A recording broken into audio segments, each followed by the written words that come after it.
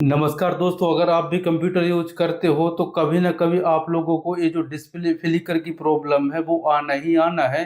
और इससे पहले भी मुझे बहुत बार आ चुकी थी, लेकिन उसको मैं घर पर ही ठीक कर लेता था। लेकिन इस बार ये जो प्रॉब्लम आई थी ना, वो आसानी से ठीक नहीं हो रही थी और उसके लिए मैंने काफ़ी कुछ ज़्यादा मेहनत किया और मुझे भी कुछ ना कुछ सीखने को मिला। चलिए मैं आप लोगों को अपना जो अनुभव है वो शेयर कर देता हूँ। तो देखिए दोस्तों, हुआ क्या है कि मेरे पास जो मदरबोर्ड है उस पर 4-4 जीबी की 2 रैम लगी हुई है, वो भी DDR3, यानी कि मैं टोटल 8 जीबी रैम यूज करता हूँ। हालांकि मेरा जो सिस्टम है वो काफ़ी पुराना है, लेकिन कोई भी दिक्कत नहीं है, मेरा जो काम है वो आसानी से हो जाता है।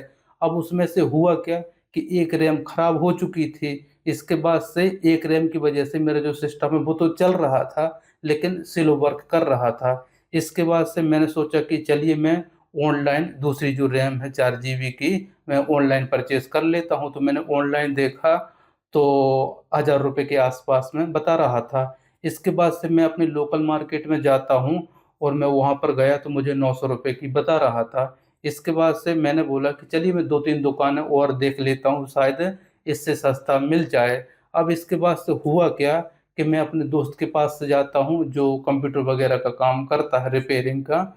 तो उसके पास से उसने बोला कि नया रैम लेने की कोई भी ज़रूरत नहीं है, मेरे पास DDR3 बहुत सारी रैम पड़ी हुई हैं। हालाँकि वो 4 जीबी की नहीं थी, वो 2 जीबी की थी। इसके बाद से मैं उसमें से एक रैम लेके आता हूँ और मेरे पास पहले से ही तो 4 जीबी की रैम एक पड़ी हुई है, तो मेरे पास टोटल 6 जीबी रैम हो जाता है। इसके बाद से मैं अपने CPU में लगा देता हूँ। तो लगाने के बाद क्या होता है कि 5 से 10 मिनट मैं काम करता हूँ।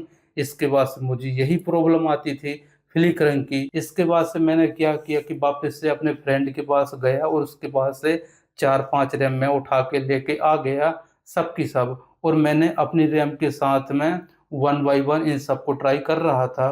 तो कुछ-कुछ रैम क्या कर रही थी कि कंप्यूटर चालू होते ही फ्लिकर की जो प्रॉब्लम है वो आ रही थी, और कुछ-कुछ जो रैम है वो 5 से 10 मिनट या फिर 15 मिनट काम करने के बाद तब ये प्रॉब्लम शुरू हो रही थी। हालाँकि हुआ क्या है कि अगर मैं 2-2 जीबी की रैम जो लेके आया हूँ फ्रेंड के पास से, उसमें मैं लगा देता हूँ और अपनी जो रैम है 4 जीबी की वो हटा लेता हूँ, तब तो कोई भी दिक्कत नहीं और मेरा जो CPU है वो आराम से काम कर रहा था। लेकिन जैसे ही मैं अपनी रैम के साथ में और इस रैम को लगाता हूँ, तब ये प्रॉब्लम मुझे देखने को मिल रही थी। अब ऐसा क्यों हो रहा था मैं आप लोगों को बता देता हूँ।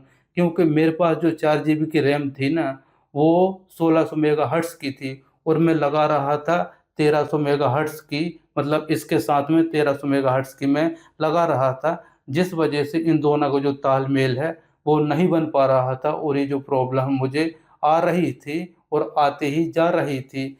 इसके बाद से हुआ क्या कि मैं वापस से दुकान में जाता हूँ और मैं जो ₹900 की न्यू रैम है, वो 1600 मेगाहर्ट्ज़ की लेके आता हूँ और इसके बाद से इसके साथ में मैं उस रैम को लगाता हूँ, तो ये जो प्रॉब्लम है वो सॉल्व हो जाती है।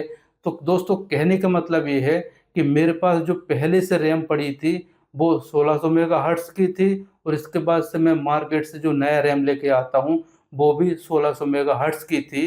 तब जाके इन दोनों को लगाया और इन दोनों का तालमेल कंप्लीट हुआ और ये जो फ्लिकर की प्रॉब्लम थी वो सॉल्व हो चुकी थी। हालाँकि बहुत सारे जो मदरबोर्ड हैं वो ऐसे भी होते हैं कि अगर उनमें अलग-अलग मेगाहर्ट्ज़ की रैम लगाओगे तो आपका काम चल जाएगा और आपको कोई भी दिक्कत नहीं आएगी। यानी कि एक में आप 1600 मेगाहर्ट्ज़ लगा दोगे और दूसरे में 1333 मेगाहर्ट्ज़ की रैम लगाओगे, तो आपका जो कंप्यूटर है वो वर्क कर जाएगा। लेकिन मेरे केस में ऐसा नहीं है।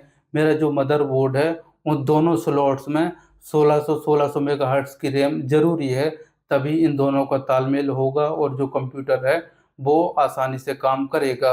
अगर मैं यहाँ पर अलग-अलग मेगाहर्ट्ज़ की रैम लगाऊँगा तो यहाँ पर काम नहीं चल रहा था। तो दोस्तों, इससे आप लोगों को भी कुछ न कुछ सीखने को मिला होगा। तो अगर आपका जो सिस्टम है वो पुराना है और आपको भी ये प्रॉब्लम आ रही है, तो आप इस प्रकार से चेक कर सकते हो।